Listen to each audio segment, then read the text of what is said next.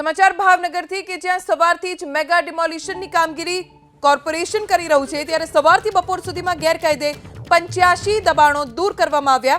એક મસ્જિદ સહિત 5 ધાર્મિક સ્થળોના દબાણ દૂર કરાયા। ડિમોલિશન દરમિયાન જ્વેલર્સ સર્કલથી બોર તળાવનો માર્ગ બંધ કરવામાં આવ્યો। જ્વેલ સર્કલથી બોર તળાવનો માર્ગ બંધ કરી દેવામાં આવ્યો જ્યાં સુધી ડિમોલિશનની આ કામગીરી ચાલુ થઈ। 85 ગેરકાયદે બાંધકામ દૂર કરવામાં આવ્યા છે, જેમાં એક મસ્જિદ સહિત 5 ધાર્મિક સ્થળોનો પણ સમાવેશ થાય છે। અગાઉ નોટિસ પાઠવવામાં આવી હતી, પણ દબાણો જાતે ન ઉતારતા મામલો કોર્ટમાં પહોંચ્યો। હાઈકોર્ટના આદેશ પછી મહાનગરપાલિકાએ તાત્કાલિક ધોરણે આ કાર્યવાહી કરી।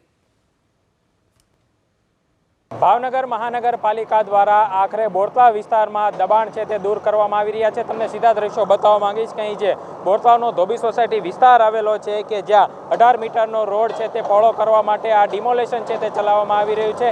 ઘણા લાંબા સમયથી આનો પેચ છે તે ફસાયો હતો, જોકે સ્થાનિક વિસ્તારના રહીશો છે તેમના દ્વારા હાઈકોર્ટની અંદર પિટિશન દાખલ કરવામાં આવી હતી અને ત્યારબાદ આ જે ચુકાદો છે તે મહાનગરપાલિકાના તરફેણમાં આવ્યો હતો અને ત્યારબાદ આ જે ડિમોલેશન છે તે હાથ ધરવામાં આવ્યું છે। સમગ્ર વિસ્તારની અંદર કુલ 85 જેટલા દબાણો છે તે હટાવવામાં આવી રહ્યા છે। અગાઉ મહાનગરપાલિકા વિભાગ દ્વારા 261 અને 262 ની અંતિમ નોટિસ આપવામાં આવી હતી અને ત્યારબાદ લોકોને સાવચેત પણ કર્યા હતા, પરંતુ આ જે વિસ્તાર છે તેમના દ્વારા કોઈ સામાન કે ઘરવખરી છે તે લેવામાં આવી ન હતી। ત્યારબાદ આજે મહાનગરપાલિકાની ટીમ છે તે આ વિસ્તારની અંદર દબાણ છે તે દૂર કરી રહી છે। જે પોલીસનો સુરક્ષા કાફલા સાથે આ જે દબાણ છે તેમને હટાવવામાં આવી રહ્યા છે।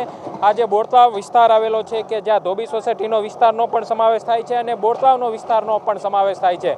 કુલ 5 ધાર્મિક સ્થળો છે તે આ ડિમોલેશનની અંદર સમાવેશ થતો હોય છે, જેની અંદર મહાનગરપાલિકાનું આખરે બુલડોઝર છે તે ફરતું નજરે જોવા મળી રહ્યું છે। વિવિધ વિસ્તારો દ્વારા અગાઉ આ રજૂઆત કરવામાં આવી હતી, પરંતુ આ રોડ ઉપર છેલ્લા 30 વર્ષથી દબાણો છે તે ખડકી દેવામાં આવ્યા હતા। આ દબાણો દૂર ન થતાં આખરે મહાનગરપાલિકા દ્વારા મેગા ડિમોલેશન શરૂ કરવામાં આવ્યું છે। પાર્થ મજેઠિયા, ABP અસ્મિતા, ભાવનગર।